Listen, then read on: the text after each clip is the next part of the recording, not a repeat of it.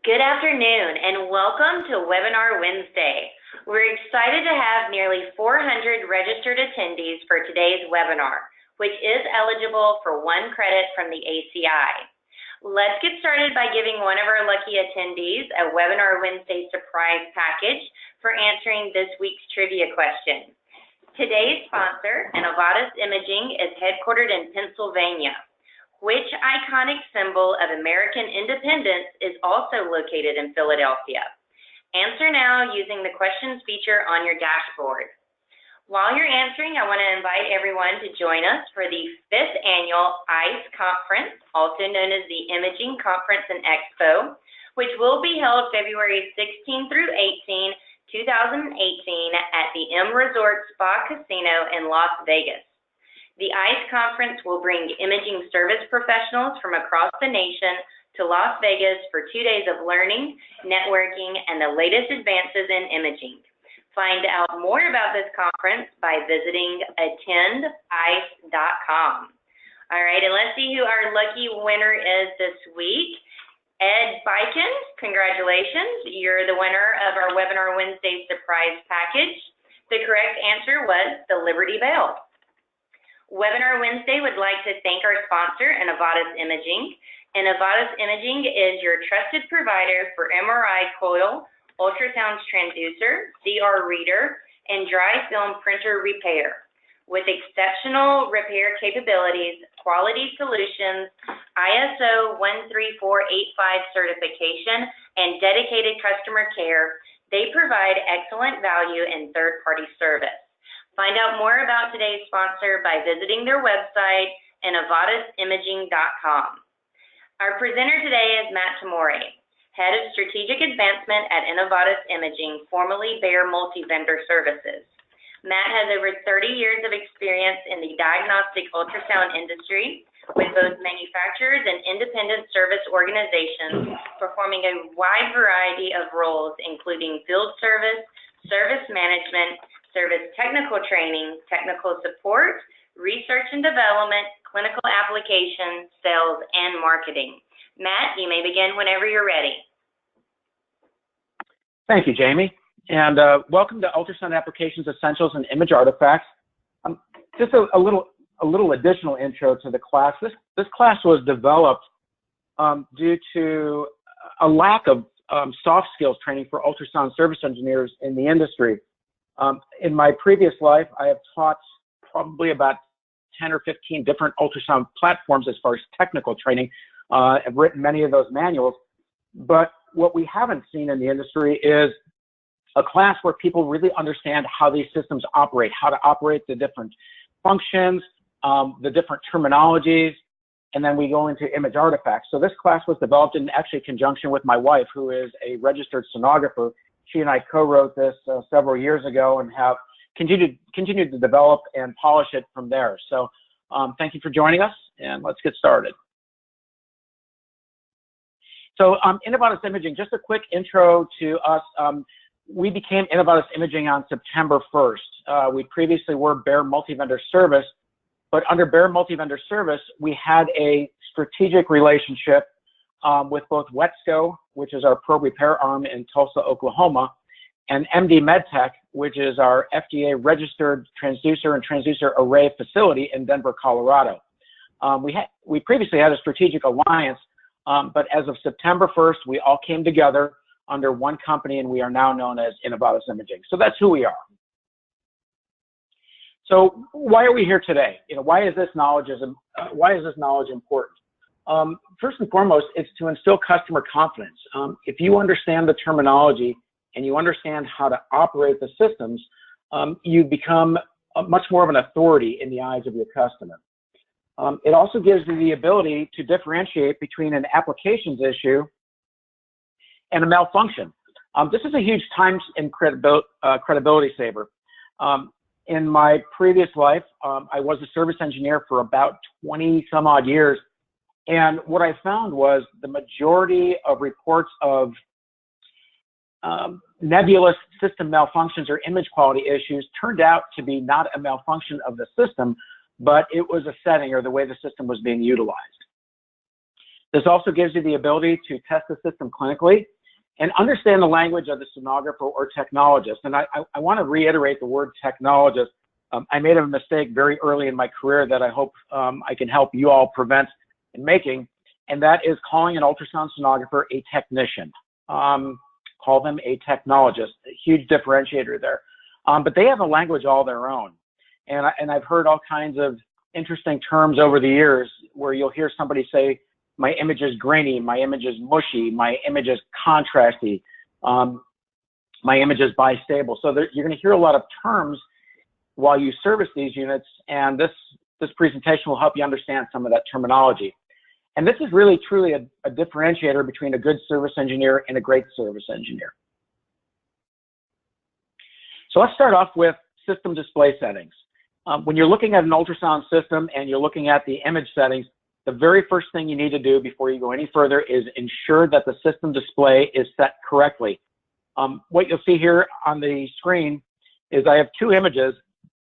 Both these images are me, and actually the vast majority of the images throughout this presentation, if not all of them, are my anatomy. So what you're seeing here is liver, which is this area on here, and then this white reflector down here, this is my diaphragm, and then this is my kidney over here.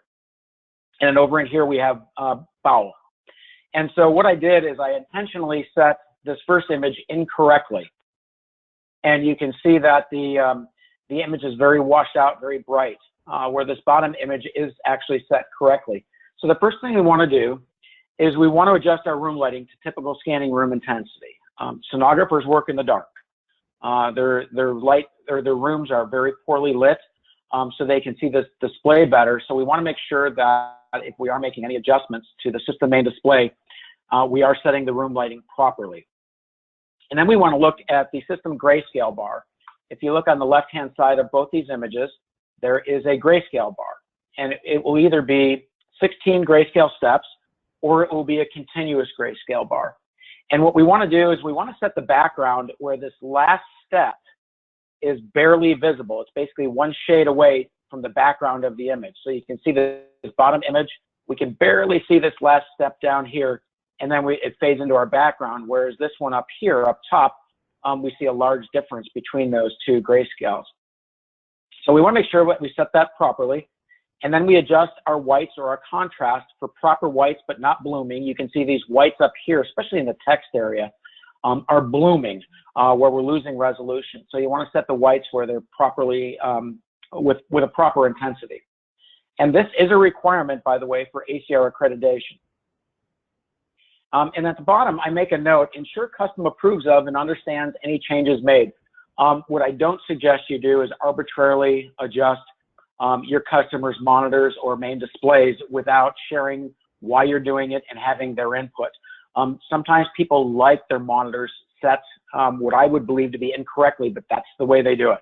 And especially like up here, if you look at this particular image, people in the cardiovascular suites a lot of times will make their background lighter than what we would normally see. And so make sure that your customer is involved in the decision, and as you're setting that, you're getting buy-in from them. I have a quick pop quiz here. At the very end of this presentation, I provide my email address. And so please email me your answer. But this is a pop quiz. Will adjusting the system's main display settings have any effect on the image presentation on a PACS display? You can see over here, this image on the left is far too bright. The background is way too bright. This image on the right, the image is way too dark. So if I set my main display on my ultrasound system way too bright or way too dark, will it or will it not affect the PACS display?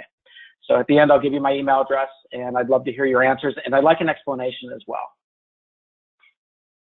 I want to get into just really quick the different transducers and the types. You see at the top, I call them transducer, probe, or Scanhead types. These are different terminologies that the manufacturers use, all the same thing. And so we have three main formats. One is a linear over here, or trapezoidal. Manufacturers will actually use software to make this image a trapezoid-shaped display. This is typically used for vascular, intraoperative, or small parts exams. And a small part exam would consist of breast, testicles, thyroids, musculoskeletal, those types of exams. The next type of transducer we have is a curved linear or convex array. You can see that we have a nice wide field or wide near field here, and then we have a very wide far field. These types of transducers are typically used for abdominal, obstetrical, and endocavity exams. And an endocavity exam would either be an endovaginal or endorectal or transesophageal. And then we have a sector or vector array, and you can see we have a very narrow near field and a wide far field. This is typically used for cardiac or abdominal exams where we need access. This small access point here is typically used for what's called intercostal or in between the rib imaging. I want to touch briefly on transducer construction. We get a lot of questions on transducers, and I think the transducer as a Class 2 medical device is highly misunderstood. So I just want to touch on transducer construction for just a couple of minutes, just so we have an understanding of these devices and how they're created. And I want to start with the lens. The lens is the critical part of the transducer. It is designed for the fixed mechanical focus of the ultrasound beam. There's several different focuses, which we don't get into in this particular webinar, but there's several different focuses that ultrasound systems have, but the lens is responsible for a mechanical focus of the beam. It's made of either single or multiple layers, and it must be ISO 10993 compliant, and 10993 refers to being biocompatible. Since we do have patient contact with the lens, it has to be made of biocompatible materials. Below our lens, we have what are called matching layers, and there are one or more. Some transducers have up to 7 matching layers, and they're designed to maximize the transmission of energy from the array to the tissue by reducing reflection. Basically, there's a massive acoustic impedance mismatching between the transducer and the body, and so what these matching layers do is they even out that acoustic impedance mismatch for efficient energy transmission. And just to get you a little bit familiar with the science that goes into these matching layers, they're generally in thickness 1/4 of the wavelength of the center frequency of the transducer. So if you want to do the math, say you have a 5 megahertz transducer center frequency, figure out the wavelength of that particular probe, divide that by 4, and that's how thick these matching layers are. Now we have our array. The array is a piezoelectric material, and its purpose is to convert electrical energy to mechanical energy or pressure wave and then back. And these arrays can have from 1 to thousands of individual elements or crystals. And if you look at this graphic off to the right, you can see what we did in this photograph was taken in our manufacturing facility in Denver. We actually overlaid a human hair onto a transducer array just so you can see the scale of these crystals and what they look like. And then some transducers, not all, will have some shielding, which are typically around the array and the backing material. And they're designed to reduce EMI or electromagnetic interference. And then our backing material, which is up here, this is designed as somewhat of a backboard, if you will, for the resonating crystals. What the backing material does is it dampens down the vibration of the crystals to reduce what's called pulse duration, which gives us better axial resolution. Moving on down the transducer, we have a flex circuit, and basically that's just a bridge from the transducer elements or from the array elements down to our interconnect. And then we have an interconnect which is a further bridge which may or may not have circuitry. Some transducers today have multiplexing built into that particular circuit board. Some actually do some beamforming, which used to be the province of the ultrasound machine, but it has been moved up into the Scanhead. And then we have our miniature coaxials, which are over here. These miniature coaxials, there are anywhere from 64 to 128 of these miniature cables. These are very similar to what you would have for your cable or your satellite TV, only miniaturized. Below that, we have our strain relief, which prevents acute stressing of the miniature cables within the transducer neck. Our cable jacket, which is our outer cover for our main cable. And then again, our main cable, which has the 64 to 128 coaxial cables, which have a very specific impedance and capacitance. And they go on down to our connector, which connects to the ultrasound machine itself. Now, I want to touch on resolution a little bit as well. There are different types of resolution that you'll hear a sonographer talk about. So it's important that we're familiar with these different types of resolution. This is also important for accreditation. The different accreditation organizations ask about spatial resolution, and it's important that you understand the components of spatial resolution. So let's start off with lateral. Lateral resolution is essentially side to side. So our lateral resolution of an ultrasound machine and a transducer is the ability to distinguish between two objects which are perpendicular to the ultrasound beam, so basically left to right. Our axial resolution is the ability to distinguish between two objects parallel to the ultrasound beam, so basically up and down. And typically, axial resolution does not vary with transducer depth. And then we have something called elevational, which is a really fancy term for slice thickness. If you look at an ultrasound probe, essentially what that probe is doing is it's taking a slice in your body, much like a CT slice. But the thickness will vary depending on the design of the transducer and the design of the array and the actual lens itself. And so our elevational resolution is the ability to distinguish between two objects perpendicular to the scan plane or our slice. And that will vary with depth. And then our next type of resolution is our contrast resolution. If you look over here at our phantom, this is a graphic of a tissue mimicking phantom. You can see our target groups here. And essentially these targets are objects of similar densities. And our contrast resolution is the ability of the ultrasound system and probe to differentiate between two objects of similar densities. And then our last type of resolution is our temporal resolution, which is the ability to distinguish change over time. This becomes very important with, say, a cardiac exam, where we need very high frame rates to watch the heart move in real time. Transducer designations. This is a question we get on a regular basis. These are rules of thumb, but these are not hard and fast rules. When you see an ultrasound transducer, and I have some examples up here, the GE-EHC, the E stands for endocavity, the C stands for convex, or the scan format, and then the 8 is somewhat of a center frequency. If you go down to our Philips C5-2, it's a convex, the C, and then 5 to 2 megahertz is the frequency range of that particular transducer. Same with the Siemens 4C1, for example. That is also a convex transducer, and the frequency range is 4.5 to 1 megahertz.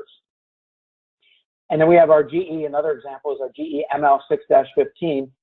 That is a matrix array, which means that it has a two-dimensional array where there are rows and columns of elements within the transducer. It is a linear probe.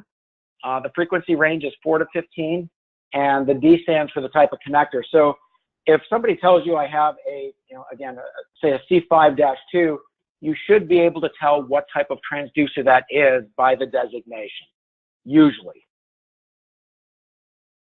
Let's get into the different types of imaging modes.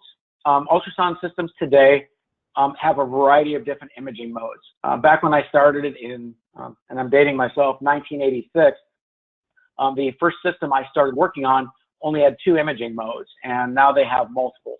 But our basic 2D image is called B-mode imaging or brightness mode.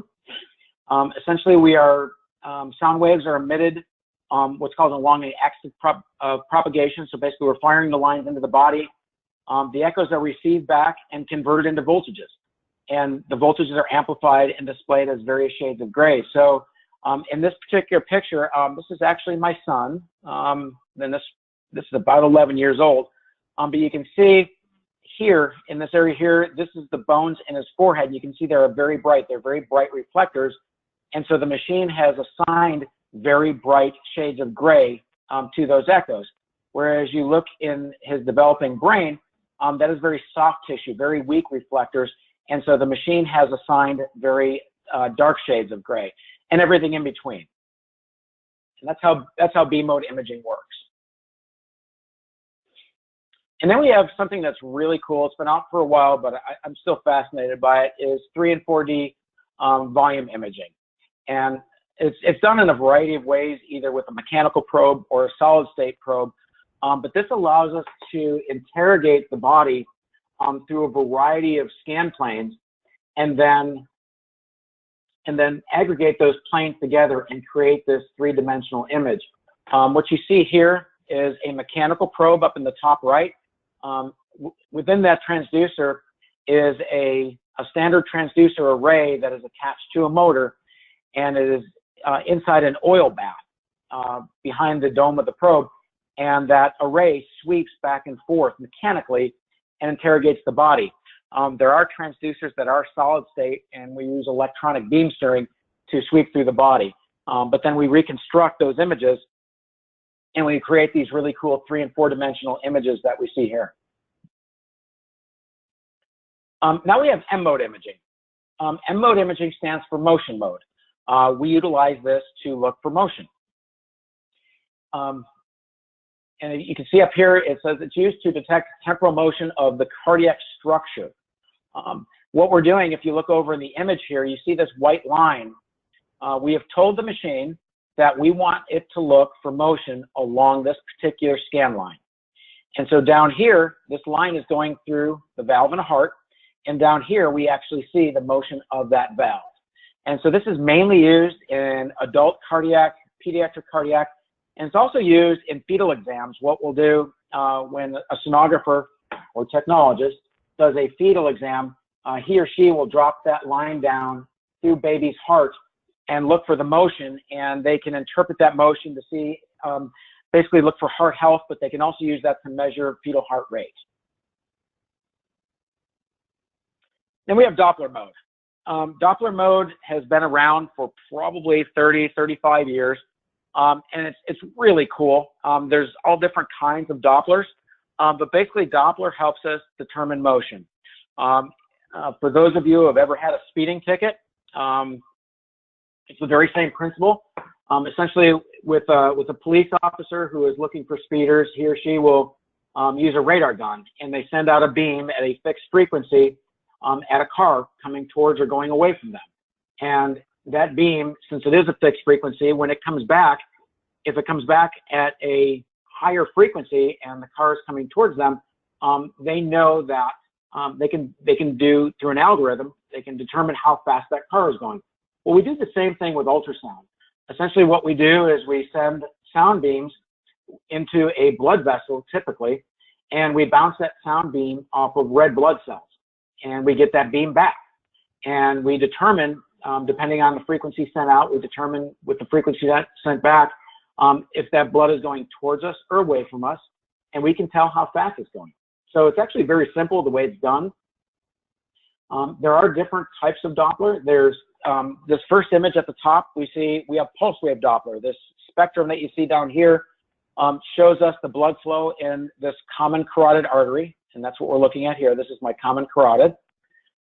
And so we can see direction. The blood is going towards the transducer because our signal is above what's called a baseline. We can see how fast it's going. We see that there's a scale over here. And so this scale tells us how fast, in centimeters per second, this blood is going. And we can see the location. This little gate up here tells us exactly where we're measuring this velocity within the blood vessel.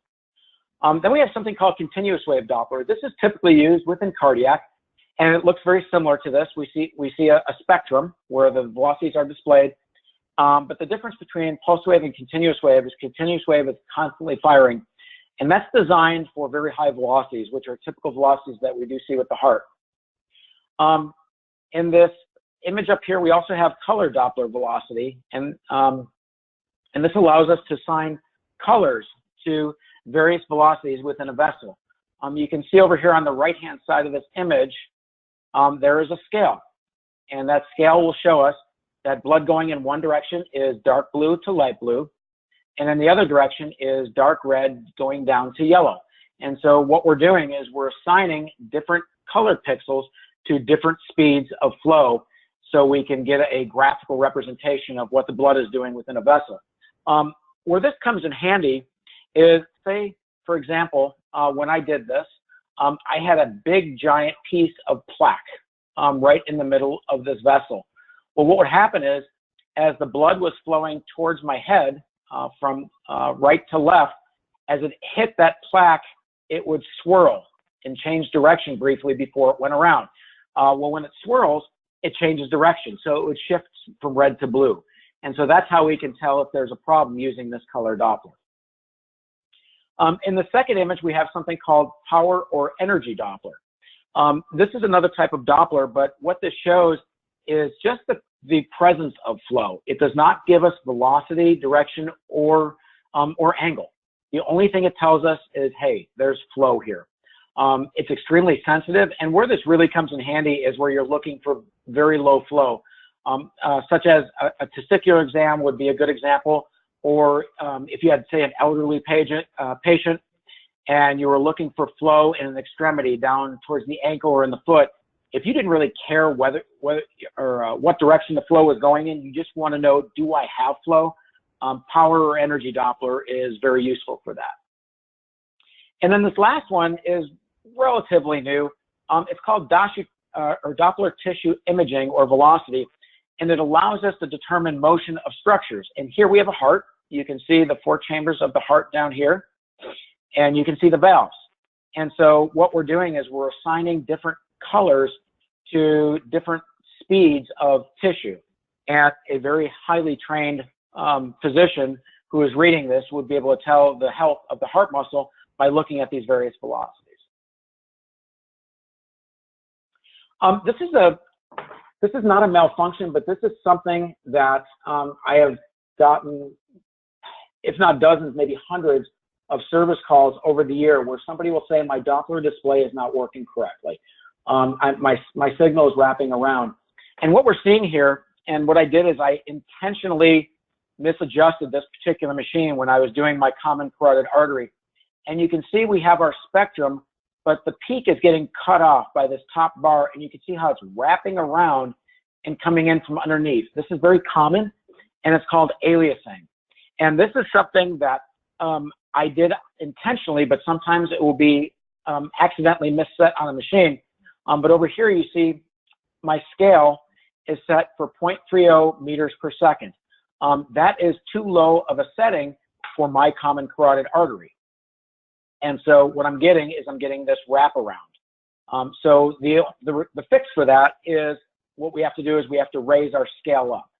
So the next setting on this particular machine I would believe would be like a 0.42, which would be a proper setting for my common carotid. We can also get color Doppler aliasing. If you look at this top image, this is my common carotid here, and above, kind of peeking through here, is my jugular vein. And so this top image is properly set. So you see we have really good flow. I don't have much plaque to speak of. I have a teeny tiny bit right in here, but I have very healthy arteries, so we wouldn't expect any reversal of flow. What I did on the bottom image is I intentionally changed my scale. Instead of 0.46 up here, I changed it to 0.23, which is far too low of a scale for what I'm looking at. And so you see a lot of blue in here. That does not mean my flow is reversed, which would indicate a problem. That if you have flow reversal in your common carotid artery, that's a serious problem. All I did was I changed this to too low a scale, and so I'm wrapping around. So my velocities are exceeding this 0.23. I'm wrapping around, and I'm introducing that blue into my common carotid. So this is not a malfunction. This is thankfully not an unhealthy patient. This is just a system setting that is incorrect. Let's talk about applications and presets. Every ultrasound system designed throughout history has multiple presets. and each one is designed for specific body part, body type, and transducer. And here's some examples. Small parts, which is what I went into earlier, adult echo, pediatric echo, abdomen. This is something you'll see on machines. You'll see abdomen and abdomen plus plus. Abdomen plus plus would indicate a heavier or more difficult to image patient. Obviously the patients have visibility to the screen. What you don't want to put necessarily is large patients. Not good for their body image. So what a lot of sonographers will use and application specialists, they'll use abdomen plus plus or difficult abdomen. These presets are created for individual preferences. What looks good to one sonographer may not look good to another. In fact, as my wife and I were creating this presentation, if you could have been a fly on the wall with the bickering that went back and forth between what constituted a good image between her and I, it would have been hysterical because I have a certain image presentation that I like. She has a certain image presentation that she likes. Neither one is wrong. Both give you all the diagnostic information that you need. It's just a different presentation. It's like liking different shades of blue, so to speak. And so they are created for individual preferences. Factory settings are rarely, if ever, used. And so every system sold is customized. Each individual preset has 20 to 30 unique system parameter settings. And application specialists from the manufacturer spend hours or days creating these presets. The moral of the story is this: you are not going to get out of this webinar, this 1-hour webinar, how to create presets. That takes years and a lot of specialized training. What I'm trying to impress upon you now is back up often and back up your backup. If you have an ultrasound system that goes down and you go in and you reload the software and an hour later you're done and that system's up and running, but you have not restored those presets, that system is not up and running yet because the sonographer will not be happy with factory defaults. So when I was a service engineer, every time I got in front of a machine, I did a backup. It takes about 2 or 3 minutes. You do them on a CD, DVD, thumb drive. It's extraordinarily easy, and it will save you a tremendous amount of time and customer sat issues. Underneath these presets, this is one of them. We'll talk about power and acoustic output. Power or acoustic output is the amount of energy, acoustic or mechanical energy, transmitted into the body, and it's measured as mechanical index. The system is calibrated to OEM specifications, an OEM spec transducer for accuracy. If you have a transducer that is improperly repaired, the system is no longer calibrated and will show an incorrect power output because the system is expecting an OEM spec transducer. If you do not have an OEM spec transducer, this power reading will be wrong. We at Innovatus, we spend a tremendous amount of time and resources ensuring that our transducers match what the OEM intended that probe to do. So our repairs will ensure correct acoustic output measurements. One of the things that we want to ensure that we're doing when we talk about acoustic output is we want to use the philosophy of ALARA, or as low as reasonably achievable. We want to use the lowest power possible to get a diagnostic image. And these powers are measured in decibels or percentage of maximum output.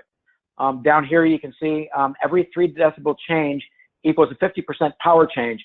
And I've actually done experiments in the past. I've examined my liver and kidney. I've gone about 16 centimeters into my body, and I've slowly turned down the power to see how much power I really need to penetrate my abdomen. I'm about 185 pounds, so not an easy scan, not a hard scan. And I've gotten down to 12.5% maximum power output and still gotten the diagnostic image. So it's amazing how these machines will compensate for low power. You can see down here, the receiver amplifiers will compensate for changes in transmitted power to a certain degree. And so as we decrease the amount of power we're putting into the body, the system will automatically try and amplify the received echoes to compensate for that. And this is the receive side. So we have an ultrasound transducer. A transducer, by definition, is a device that converts one type of energy to another. We're converting electrical energy to mechanical and a mechanical back to electrical. So we have a transmit and a receive. Our acoustic output is our transmit. Our gain is our receive, and all our gain is how much are we amplifying those return echoes. If you look at these two images off to the right, this is my thyroid, and this is my common carotid artery, a cross-section of it, my esophagus here. But this is thyroid on here, this soft tissue, and all I've done is I've changed the gain. I've changed nothing else on this particular image. There's different types of gain. We have our overall gain, and then we have something called TGC or DGC or LGC. Our LGC is this top area, and that allows us to adjust the gain of the image for uniformity from left to right. And then our TGC or DGC, it stands for time gain control or depth gain control, but allows us to adjust our receiver gain throughout the image from top to bottom and create a uniform image. And so you'll see a sonographer. As a sonographer is performing an exam, he or she will be running their hands up and down those pods, and all they're doing is making sure that they are making the image uniform. Transducer frequency. When I started in ultrasound, transducers had one frequency, and that was it. Nowadays, they're pretty fancy. They have 6, 8, 10, 12 different frequencies due to some technology within the machine and within the arrays themselves. The transmitted frequencies vary depending on probe and what you're looking at. Our lower frequencies are for deep abdomen, deep cardiac, things like that. Our very high frequencies are for superficial structures like breasts, like thyroids, things like that. Lower frequencies will give us higher penetration. However, the trade-off due to physics is that we get lower resolution. Inversely, our high frequencies are lower penetration, so we're not going very deep into the body, but much higher resolution. You can see here that, for an example, for a thyroid, I would use anywhere from 12 to 18 megahertz. This particular image over here, we're using 14 megahertz, and this is a breast setting. For a deep abdomen, I'd use anywhere from 1 to 2 megahertz. And that's selectable by a button. It's as easy as a sonographer pushing a button on a system. You can either change the numerical frequency, or on the Philips or GE machines, you have an option to use what's called resolution, which would be high frequency. Normal would be your mid frequencies, or penetration would be your lower frequencies. Over here, these are two pictures of my liver and kidney. This is the same image that we started the presentation out with. These are identical images. I haven't changed a thing other than this top image is scanned at 2 megahertz. You can see 2 megahertz up here. And this bottom image, same probe, I changed that to 4 megahertz. And what you can see, this coarse texture, especially if you look at the liver, there's very coarse texture within the liver. Down here, it's very fine. We get a much finer image, much higher spatial resolution if we're using a higher frequency probe. The rule of thumb is always use the highest frequency possible for the anatomy that you're looking at. Harmonics. Harmonics are really cool. I expect we probably have some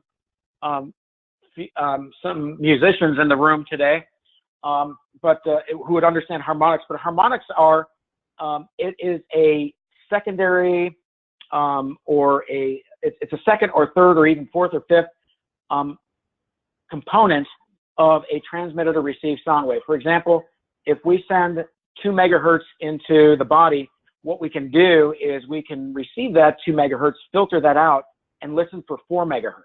So the harmonics of 2 megahertz would be either 1 or 4. It would be either 500 kilohertz or 8. So it's always half or double your primary frequency. And so in this particular image, I'm using a little over 4 megahertz on this top image. And then what I did is I turned harmonics on. And this is my gallbladder that you're seeing here, this object that I'm circling with my arrow here. This is, you can see a little bit of noise down in here. This noise could be interpreted as sludge within a gallbladder. Thankfully, I do not have sludge. I have a clean gallbladder. And we were able to determine that by turning on harmonics. And what the harmonics did was filter out some of the noise, and it cleaned out my gallbladder here. So these two images, identical probe, identical preset, identical patient. It's just I'm just using a harmonic. Dynamic range, another setting within a machine. This tells the machine what range of echoes I want displayed. Do I want more grays or less grays? And it depends on the type of anatomy that you're looking at. These two particular images, this is my thyroid. You can see my thyroid in here. I want a lot of shades of gray for soft tissue. So this bottom image is much more preferable to a sonographer and to a radiologist than this top image. Now, if you look at these two images, this is my common carotid artery. I used a very low dynamic range on this top image of 50, and I went to 90 decibels on the bottom one. You can see how beautiful and clean this carotid is here, and how it's very noisy and not well defined in this bottom one. And that, in fact, up here, you can see this very thin line here. This is actually plaque within my artery. That plaque disappears down in this bottom image. So this is a clinical reason why we want to use a low dynamic range for different types of exams, especially like a vascular exam. Focal or transmit zones. As I mentioned earlier when we were talking about transducer construction, the lens of a transducer is responsible for the fixed mechanical focus of a transducer. We can also focus the system using something called electronic focus. And you can see on these two images here, we have multiple focal zones. What I've done here is I've turned on multiple focal zones. Basically what I'm doing is I'm telling the machine to focus in multiple areas. The good news is it will do that, and I get a very, very sharp image. The bad news is, since I'm focusing multiple times, is my frame rate goes down. And so my temporal resolution, we talked about resolution earlier, my temporal resolution will decrease. And when we do use multiple focal zones, we can create what's called a stitching artifact. If you service folks ever see a horizontal artifact in an ultrasound image, do not troubleshoot it. You will chase your tail for days and weeks and months. And you will throw parts and parts and parts and probes at it, and you will not fix it.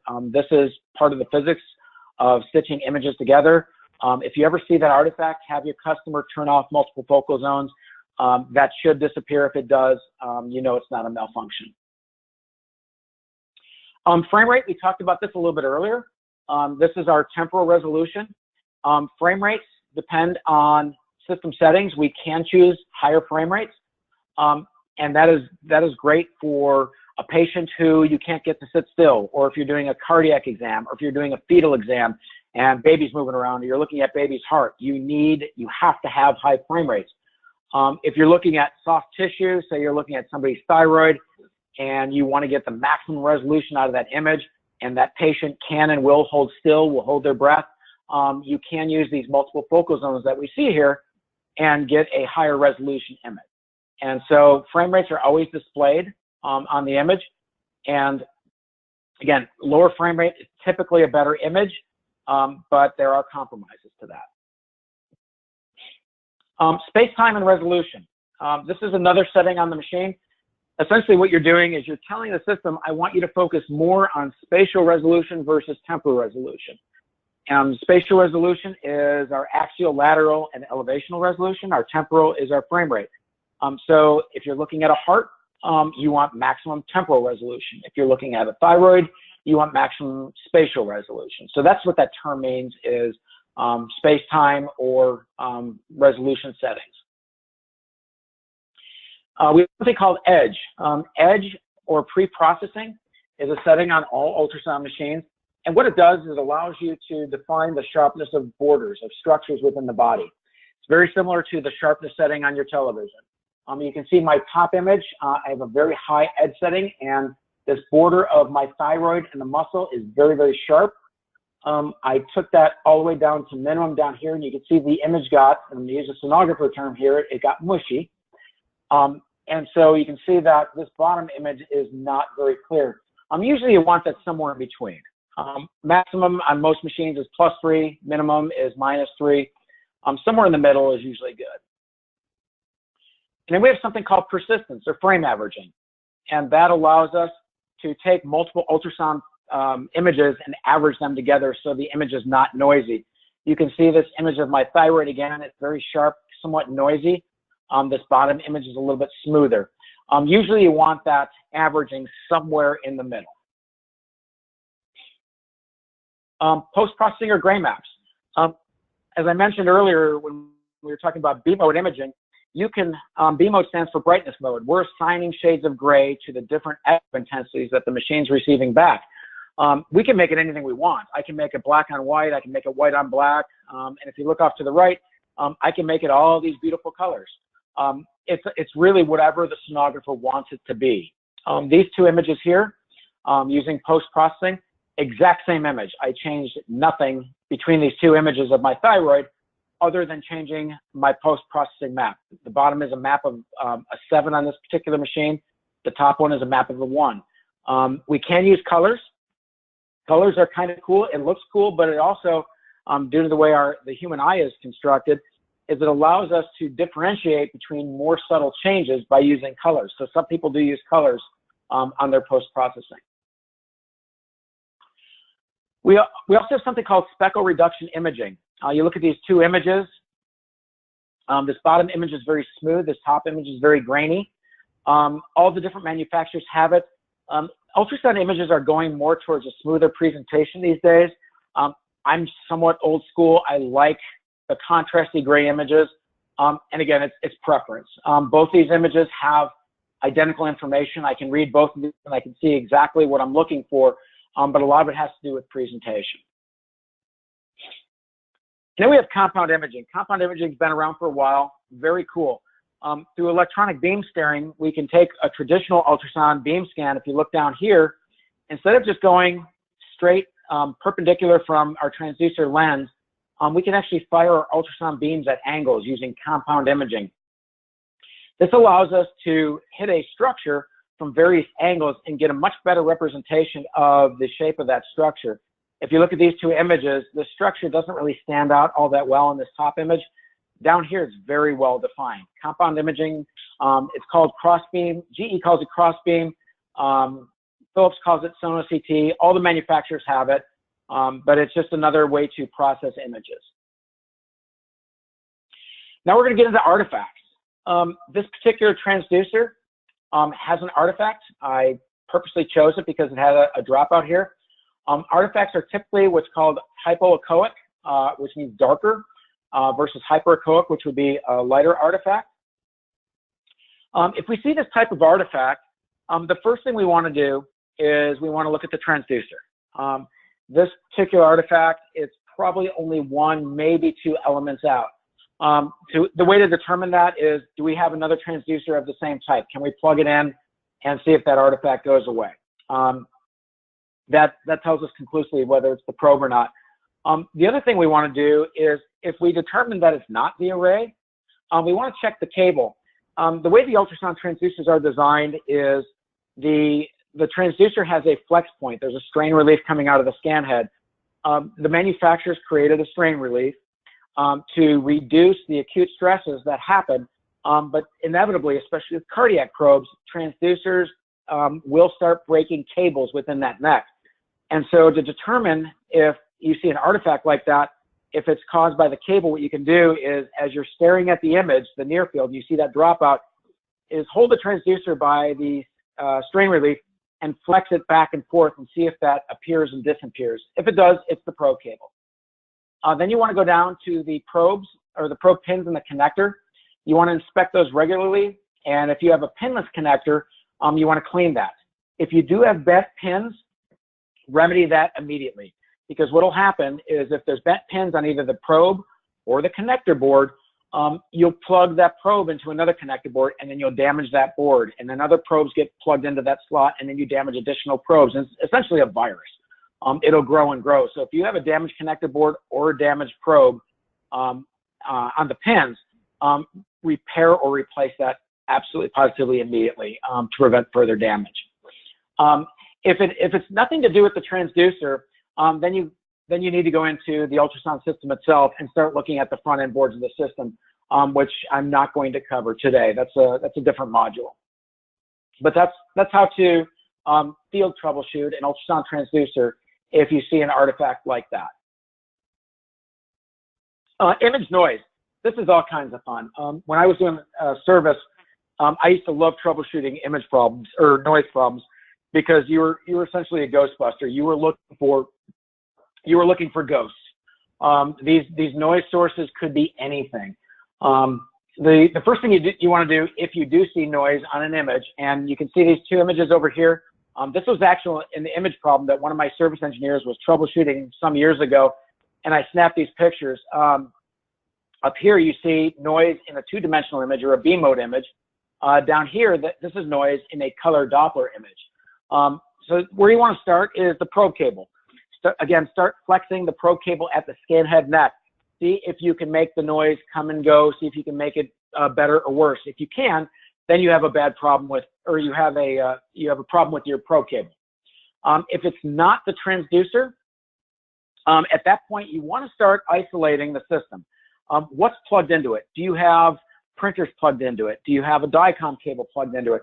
Is there, if you're old school, is there a VCR or another type of printer plugged into it on board? If so, isolate that. Unplug everything. If that doesn't get rid of the noise, now you want to look at a different power source. Can you try a different outlet in the room that may be on a different circuit? Can you move the system to a different environment within the facility? You may have noise within the department. So you want to try a different room or an entirely different department within your facility. Is the facility ground compromised? And you know, the question to that is, I have no idea. I actually had a system one time where I used battery cables from the ground lug of the machine to the cold water pipe in the room to check the system ground, and I was able to determine that I had a bad ground within the room by going to the cold water pipe. I've had problems where I had a treadmill 2 rooms away from my ultrasound system that was inducing noise. I've had fluorescent light ballast. I actually had one problem where there was an elevator that was adjacent to the ultrasound room, and every time the elevator passed by the floor, it would induce noise. And so there's all kinds of ways to troubleshoot noise. It's a difficult problem, but in my opinion, it's a very fun one. So I know this was very fast-paced. Normally this class takes about an hour and a half, and there's been a lot of times where I've done this class in person where we actually get a machine out and we scan, ourselves, and we play with the buttons as we're doing this. But for purposes of the webinar, we were able to shorten it down to an hour and kind of get through this pretty quickly. So now we're on to questions. And I see that one question came over. What happens if you set the frequency too high? If the frequency is set too high, what will happen is you'll lose penetration. As I mentioned earlier, you want to set the frequency as high as possible for what you're looking at. So if I'm looking at my thyroid, for example, I'd use about 14 to 16, maybe even 18 megahertz. But that 14 to 18 megahertz, I would not be able to use on my abdomen. I wouldn't have the penetration. So you always want to set the frequency as high as possible and still get the diagnostic image that you're looking for. There's another question that came over through IM, is how can you tell if you have a bad transducer? Great question. The problem with an ultrasound transducer versus an ultrasound part, if you have a power supply and the power supply is bad, it doesn't turn on. If you have a monitor that's bad, it doesn't turn on. The problem with a transducer is bad transducers, transducers that are out of compliance will usually still work. They'll still create an image. They'll still create somewhat of a diagnostic image, but you know, the question is, are they doing what they're supposed to do? And the answer to that is, out in the field, you really can't tell. That's why when we remanufacture and recondition transducers, we develop specs that are along the lines of what the manufacturers have, and we get the transducers back to that. So we ensure that back in our laboratory. But out in the field, to tell if you have a bad transducer just with a nebulous image quality issue, it's very difficult, if not impossible, to tell. Any other questions? Jamie? Hey, Matt, sure do. I've got a couple of questions that came in and a few more. Of course, attendees, you have the ability to submit your question anytime now. We're going to get through as many as we can, but I do want you to rest assured that if we don't get to your question, I'll email it to Matt when we're done, and I know he'll follow up with you offline. But Matt, next question is, what training is required from an ultrasound sonographer? You know, as I mentioned earlier, my wife is a sonographer, and on a regular basis, she comes home a little livid, and fortunately, it's not because of something I did. It's because of questions she gets at work. She'll get patients who will come in and say, hey, can you teach me how to do this? Or, did you have to go to a seminar to learn how to do ultrasound? To really become a sonographer, to do this properly, it takes years of education, both in the classroom and in the clinical setting. I've been doing this for 32 years. I am not a registered sonographer. I've learned to do this through literally daily, just picking up a probe, scanning myself, playing with buttons, and asking a lot of questions. And of course, I've been married for 13 years to a sonographer, so I've learned a tremendous amount through her. But there's a lot of education that goes into it. The intent of today's webinar was not to teach you to be sonographers. That's impossible given the amount of time we have together. But it was just to familiarize you with the terminology. Great. Is there a model phantom that you can recommend by checking image quality on ultrasound machines? We don't officially as an organization endorse a phantom, but I've always used and liked the ATS line of phantoms. Linda Hammond is the owner of ATS, is a dear friend of mine, and I just love their phantoms. They're solid. They don't have to be recalibrated. They're extraordinarily durable. And she has an entire line of phantoms to do anything you may need to do. The general one that I like is the ATS model 539. Great. A few more questions coming in. Let's see if we can get through at least one more, Matt. How can I get more training and become more proficient at this? You can reach out to me. We can do this class on site. We are available to do this on site if you wish. You reach out to me directly. You see my email address up on the screen, and we can talk about doing it. But I love doing this on site because that's when we really have fun. We get in front of a machine, we lift up our shirts, we get some gel on us, and we start doing all these things that we talked about today live. And so you can really see, what happens when I change my acoustic output? What changes when what happens when I change my dynamic range? Things like that. Great. And I see one more. Go ahead, Jimmy. Yes, one more. I chatted it over to you. If you want to take it. The cable sheath, yeah. If a cable sheath separates from a strain relief, is it repairable? The answer is yes, and it depends on the level of damage. If the sheath just comes out, please don't do a field repair. The manufacturers use certain adhesives to ensure that probe is repairable. If it comes out in the field, I've seen a lot of people use super glue, which will work for a short period of time, but then now you've made that particular joint unrepairable because that's a permanent adhesive. It also makes it very stiff and accelerates the damage to the internal cables.